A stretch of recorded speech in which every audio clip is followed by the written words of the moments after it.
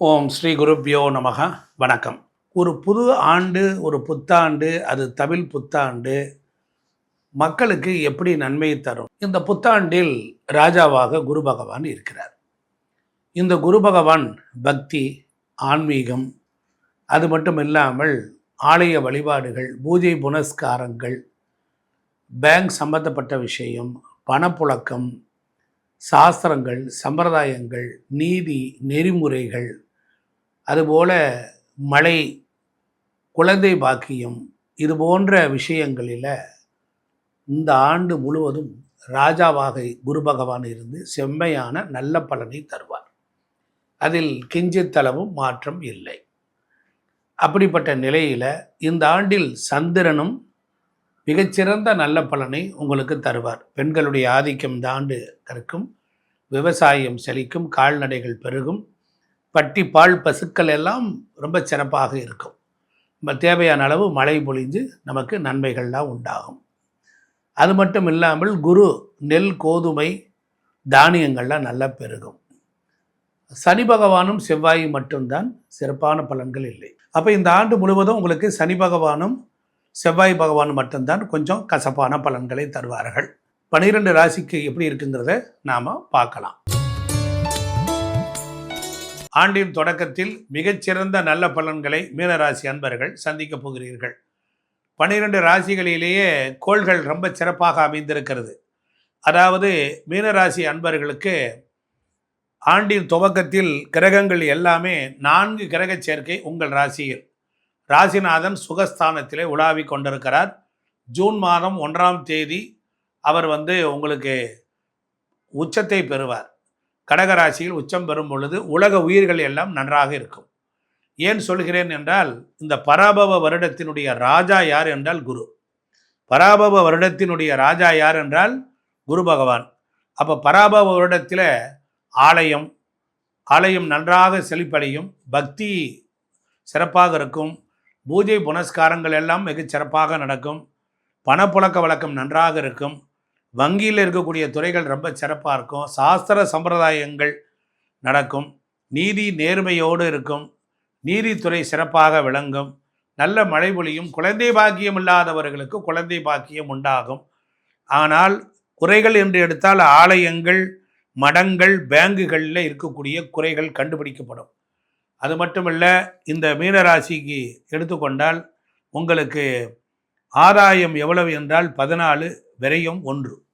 அதனால் இந்த இருப்பதிலே மீனம்தான் ரொம்ப டாப்பு. தனுசும் மீனம்தான் ஆதாயம் ஜாஸ்தி. அப்போ உங்களுக்கு குருவினுடைய வருகை, குருவினுடைய பார்வை, குருவினுடைய பெயர்ச்சி, உச்சமடையக்கூடிய தன்மை எல்லாம் சேர்ந்தால் திருமணம் நடக்கும், வேலை வாய்ப்பு நன்றாக இருக்கும்.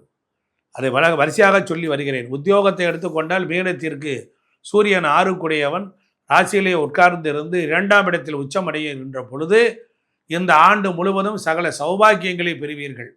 தனம், வாக்கு, குடும்பம், பொருளாதாரம், சம்பாத்தியம், தொழில்துறைகள், ஒர்க்ஷாப்பு, ஃபேக்ட்ரி இது மாதிரி வைத்திருப்பவர்கள் நிர்வாகம் சிறப்பில்லாமல் போனது நிர்வாகம் சிறப்பாக செயல்படும். ஹச்ஆரில் வேலை பார்க்கக்கூடியவங்களுக்கு தைரியம் உண்டாகும். இந்த ஆண்டு முழுவதும் உற்பத்தி பெருகும். தானிய உற்பத்தி, தனமுகளில் பெருகும். பேங்க் டிரான்சாக்ஷன் நல்லா இருக்கும், பணப்புழக்க வழக்கம் நல்லா இருக்கும், நிர்வாகம் நல்லா இருக்கும், வளர்ச்சி நன்றாக இருக்கும், குடும்ப வளர்ச்சி நன்றாக இருக்கும், பண வளர்ச்சி நன்றாக இருக்கும். ஆனால் மிலேச்சியர்கள் வேறு மொழி, வேறு ஜாதி, வேறு நாட்டுக்காரனுடைய வேலைக்காரனை வச்சுருக்கும் போது தேவையில்லாத பிரச்சனைகள், சண்டைகள், போராட்டங்கள் வந்துடும். ரொம்ப கவனமாக இருக்கணும். மீனராசிக்கு பொறுத்தளவிலே 2ஆம் இடத்திலே சுக்கிரன்.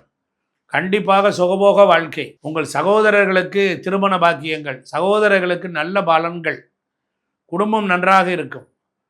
குடும்பத்திற்கு தேவையான வசதி வாய்ப்புகள் எல்லாம் பெருகக்கூடிய காலமாக இந்த ஆண்டு அமைந்துவிடும். இனிமையான பேச்சு, நல்ல உணவு, நல்ல உடை, நல்ல உறக்கம், இது போன்ற விஷயங்கள் எல்லாம் உங்கள் குடும்பத்தவர்களுக்கு நடக்கும். சுக்கிரன் அமர்ந்திருப்பது விசேஷம். உங்கள் ராசிக்கு எடுத்துக்கொண்டால் 12இல் சந்திரனும் ராகுவும். அப்போ வெளிநாட்டில் சென்று வாழ்பவர்கள், இருக்கக்கூடியவர்கள் ஏற்பட்ட பிரச்சனைகள் எல்லாம் குருவின் பார்வையால் ஓரளவுக்கு நீங்கிவிடும். ஜென்மத்தில் இருக்கக்கூடிய சனி 7.5 சனியாக இருந்தாலும் ஓரளவிற்கு குருவின் பார்வையினால் நன்மைகள் கண்டிப்பாக கிடைக்கும். ஜென்ம சனி மந்த நிலை, எந்த டிரான்சாக்ஷனும் கொஞ்சம் வேகமாக நடக்கலை. எல்லா விஷயத்திலும் பிரச்சனை. ஏற்கனவே உடல்நலக் குறைவினால் உங்களுக்கு முதுகு தண்டுவடம், இடுப்பு, எலும்பு ஏற்கனவே வைத்தியம் பார்த்து பிரச்சனையாகி வந்தவர்களுக்கு இருக்கும். ஏற்கனவே சுகர் கம்ப்ளைண்ட், கால்கை பிரச்சனை, ஏற்கனவே மூட்டு வலி பிரச்சனை, ஏற்கனவே வாயு கோளாறுகள், ஏற்கனவே பொறுத்தல காது மூக்கு தொண்டனை, செரிமான தொந்தரவு, இது மாதிரி இருந்ததெல்லாம் இந்த ஒரு 6 மாதமாக நோய் கொடுத்துக்கிட்டே இருக்குது. ஏதோ ஒரு வகை இம்சை இருக்குது. ஜூன் 1ஆம் தேதிக்கு பிறகு குரு பயிற்சியாகி பார்வையில் வரும் பொழுது, தன் வீட்டை தானே பார்க்கிற பொழுது, சனீஸ்வர பகவானை பார்க்கின்ற பொழுது நோய்கள்லாம் குறையும். நோய்கள் குறையும். இருந்தாலும் முதுகு கண்ணு வலி, கண்ணு பிரச்சனை, பல்லு பிரச்சனை, முதுகு தண்டுவட பிரச்சனை, பித்தம், வாந்தி, மயக்கம், தலை டென்ஷன் இதெல்லாம் இருக்கும். தலை குடைச்சல் நிறையா இருந்திருக்கும். ஏன்னா இந்த கிரகங்கள்லாம் அவ்வளோ தூரம் இருக்குது, போராடிக்கிட்டு இருக்கு. செவ்வாய், சனி, சூரியன் 3 சேர்ந்துருக்கு. ஆனால் அதுக்கப்புறமேல் நகர்ந்து தூக்கி அடிக்கும் பார்க்கணும். சும்மா 3 மாதம் ஜூன், ஜூலை, ஆகஸ்ட்டுக்கு பிறகு கிடுன்னு கிரக மாற்றங்கள்லாம் ஏற்பட்டு மீனராசிக்காரங்களை கொண்டுட்டு வந்து நல்ல பொசிஷனில் நிறுத்தம். ஓஹோன்னு வாழலைனாலும் ஓரளவுக்கு இருக்கலாம். பழைய கடனை ஒழிச்சிரும். இந்த பிரிஞ்சு போன கணவன் மனைவி சண்டை போட்டு பிரிஞ்சவங்க கோர்ட்டில் வழக்க வஜாவாகி போகும். பங்காளி பிரச்சனை, இடப்பிரச்சனை, மனப்பிரச்சனை, தடப்பிரச்சனை எல்லாம் நீங்கிரும். அப்படிப்பட்ட நிலையில் இந்த ஆண்டு முழுவதும் இருக்கும். காதல் கல்யாணம் கைகூடும். வெளிநாட்டில் போய் வாழ்கிறவர்களுக்கு அவங்களுக்கு ஏற்ற வாழ்க்கை அமையும். குறிப்பாக மாணவியர்களுக்கு படிப்பு நல்லா இருக்கும். வியாபாரம் செழித்து ஓங்கும். விவசாயத்தில் தான் கவனமாக இருக்கணும். விவசாயம்தான். அதனால் பெண்கள் உங்கள் கை ஓங்கி இருக்கும். கொஞ்சம் வார்த்தையை அடக்கித்தான் வாசிக்கணும். கணவனாரை அடக்கி ஆளணுங்கிற எண்ணம் உங்களுக்கு அதிகமாக வரும். ஏன்னா சந்திரன் பலம் பெற்று விட்டார். ஸோ அதனால் உங்களுடைய டாம்பிகேஷன் இருக்கும். அதனால் இந்த ஆண்டு முழுவதும் பெண்கள் தங்கள் கணவனாரை அனுசரித்து செல்ல வேண்டும். ராஜாவாக குரு பகவான் இருந்து ராஜாவாரியே கொடுக்க போகிறார். குரு பகவான் உங்களுக்கு மீனத்திற்கு 8ஆம் இடத்தை பார்ப்பார். மீனத்திற்கு 10ஆம் இடத்தை பார்ப்பார். உங்களுக்கு என்ன பண்ணுவார்? எல்லா நன்மைகளையும் தருவார். அப்போ உங்களுக்கு மீனத்திற்கு 9, 11 ஜென்மம். முதல்ல ஒரு சர்க்கிளில் பார்வை, அதுக்கப்புறம் பயிற்சி ஆனதுக்கப்புறம் குரு பயிற்சி ஆனதுக்கப்புறம் ஒரு பார்வை. மிகச்சிறப்பு. முருகன் வழிபாடு செய்யுங்கள். பழனி ஆண்டவர், வடபழனி ஆண்டவரை வணங்குங்கள். அதே போல் தருமபுரத்தில் இருக்கக்கூடிய காளி, தருமபுரத்தில் இருக்கக்கூடிய சிவனை வணங்குங்கள். தர்ம நீதியோடு நீங்கள் வாழ்வை ஜெயிக்கலாம். இந்த ஆண்டு முழுவதும் வாழ்க்கையில் சகல சௌபாக்கியத்தை பெற வைத்தீஸ்வரன் தையல் நாயகி தெய்வத்தை வணங்கி வழிபட்டு செல்வமுத்து குமார சுவாமியை மனதாலும் உடலாலும் நினைத்து வழிபட்டு பாருங்கள். நீங்கள் இந்த ஆண்டு பொருளாதாரத்தில் வெற்றி பெறுவீர்கள். இப்போ இந்த மீன லக்னம் ராசி அப்படின்னு சொல்லும்போது இவங்க ராசி மேலேயே இப்போ சனி பகவான் உட்கார்ந்துருக்காரு. ரொம்ப ஜாலியாக உட்காந்துட்டு சவாரி பண்ணிகிட்டு இருக்காரு. ஸோ இவங்களுக்கு தலைமையில் நிறைய பொறுப்புகள், பாரம் நிறைய இருக்குது, ரெஸ்பான்சிபிலிட்டிஸ். அதை இவங்க ரொம்ப என்ன சொல்கிறது, சந்தோஷமாக பண்ணணும். அதுதான் இவங்களுக்கு மெயினாக. இவங்க என்ன பண்ணணும்னா, எந்த ஒரு ரெஸ்பான்சிபிலிட்டியாக இருந்தாலும் சரி, அது இவங்களுக்கு கஷ்டமாக இருந்தாலும் சரி, அதை நீங்கள் ஆசையாக ஒரு இதுவாக ஏற்றுக்கிட்டு இது நம்மளோட கடமை, நம்ம பண்ணணும் அப்படின்னு நீங்கள் பண்ணி நினச்சிங்கன்னா அதுவே சனி பகவானுக்கு ஒரு திருப்தி. அதை விட்டுட்டு நீங்கள் டெய்லி புலம்பிக்கிட்டே இருந்தீங்கன்னு வச்சுக்கோங்களேன், ஐயோ நான் தான் பண்ணணுமா, என் தலையெழுத்து, எனக்கு தான் இப்படி, மற்றவங்களாம் ஜாலியாக இருக்காங்க, நான் மட்டும் ஏன் இப்படி அப்படிங்கிற மாதிரிலாம் நீங்கள் அழுத்துக்கிட்டீங்கன்னா அந்த பாரம் இன்னும் 4 மடங்கு ஆக்கிடுவார் அவர். ஸோ 1 மடங்கை நீங்கள் சந்தோஷமாக பண்ணுங்கள். அழுத்துக்கிட்டிங்கன்னா இன்னும் 4 மடங்கு உங்களுக்கு வேலை தலை மேலே விழும். எல்லாத்தையுமே நீங்கள் ஹாப்பியாக சந்தோஷமாக லெட் கோ அப்படின்னு இருந்துட்டிங்கன்னா நீங்கள் லைஃப்பில் எல்லாத்தையும் அச்சீவ் பண்ணலாம். அதில் சந்தேகமே இல்லை. அவர் இப்போ உங்களுடைய 3ஆம் பாவத்தை பார்க்குறாரு. ராசியிலேயே உட்காந்து 3ஆம் பாவம்ங்கிறது நம்மளுடைய முயற்சி ஸ்தானம். ஸோ நம்ம நிறைய விஷயங்கள் முயற்சி பண்ணுவோம், நிறைய விஷயங்கள் சாதிக்கணும், நிறைய எல்லாருக்கும் இருக்கிற ஆசைகள் தானே. அது எல்லாரும் அதில் சக்ஸஸ் கிடைக்குமா? முயற்சி பண்ணுவாங்க, பட் அதில் ஒரு தடை வந்துக்கிட்டே இருக்கும். இவங்க ஒரு ஸ்டெப் மேலே போகணும்னு நினைப்பாங்க, பட் அதில் ஒரு தடை வரும். பட் இருந்தாலும் விடாமுயற்சி விஸ்வரூப வெற்றிங்கிற மாதிரி பண்ணிக்கிட்டே இருங்க. கண்டிப்பாக பலன் மாத்திரம் கொடுக்காமையே போக மாட்டார் சனி பகவான். அதுக்கு நான் கேரண்டி. பிரீத்திக்கு நான் கேரண்டி மாதிரி சனி பகவானுக்கு நான் கேரண்டி. ஏன்னா சனி பகவான் ஒருத்தர் தான் கேரண்டி. அவர் வந்து கொடுக்க நினைத்ததை யாராலும் தடுக்க முடியாது. அதனால் நீங்கள் பாட்டில் உங்கள் முயற்சியை பண்ணிக்கிட்டே இருங்க. ஆனால் டார்கெட் ஃபிக்ஸ் பண்ணாதீங்க. ஏன்னா சனி பகவானுக்கு பொதுவாகவே டார்கெட்டு நீங்கள் ஃபிக்ஸ் பண்ணக்கூடாது. நீங்கள் உங்கள் கடமையை மட்டும்தான் பண்ணணும். எனக்கு நான் இது பண்ணால் எனக்கு இது வேணும் அப்படின்னு டோன்ட் எக்ஸ்பெக்ட் எனிதிங். அது மாதிரி இருந்தால் உங்களுக்கு பல மடங்கு அவர் கொடுப்பாரு. ஸோ அதனால் பொறுமையாக வெயிட் பண்ணுங்கள், கிடைக்கும் அப்படிங்கிற நம்பிக்கையோடு இருங்க, கிடைக்கும். ஸோ சனி பகவான் 3ஆம் பாவத்தை பார்க்கறதுனால நம்மளோட முயற்சிகளை அவர் தடை போடுற மாதிரி இருந்தாலும் நிச்சயமாக அவர் பெயர்ச்சிக்கு முன்னாடி நிச்சயமாக நல்ல ஒரு விஷயத்தை நமக்கு பண்ணிட்டு தான் போவார். அதில் ஒரு உத்தரவாதம் சனி பகவானுக்கு உண்டு. மற்ற கிரகங்களுக்கு கூட உத்தரவாதம் கொடுக்க முடியாது, ஆனால் சனி பகவான் கண்டிப்பாக பண்ணுவார். இப்போ குரு கடகத்தில் உச்சமாகறாரு இல்லையா? உச்சமாகி அவர் 9ஆம் பாவத்தை பார்க்க போகிறாரு. அந்த 9ஆம் பாவம் அப்படிங்கிறது என்ன? பாக்யஸ்தானம் அப்படின்னு சொல்கிறோம். அந்த பாக்யஸ்தானத்தை பார்க்கும்போது பல நல்ல விஷயங்கள் நமக்கு கிடைக்கும். பல குருமார்களுடைய சந்திப்பு, ஒரு கான்டாக்ட், இதெல்லாம் நமக்கு கிடைக்கும். இல்லை உயர் கல்வி படிக்கணும் அப்படின்னா படிக்கலாம். இதுக்கெல்லாம் ரொம்ப உகந்த காலம்தான் இது, இந்த 9ஆம் பாவம் அப்படிங்கிறது. அது மாதிரி அவர் பார்க்க போகிறது 11ஆம் பாவத்தையும் பார்க்க போகிறாரு. அப்போ லாபஸ்தானத்தை பார்க்குறாரு.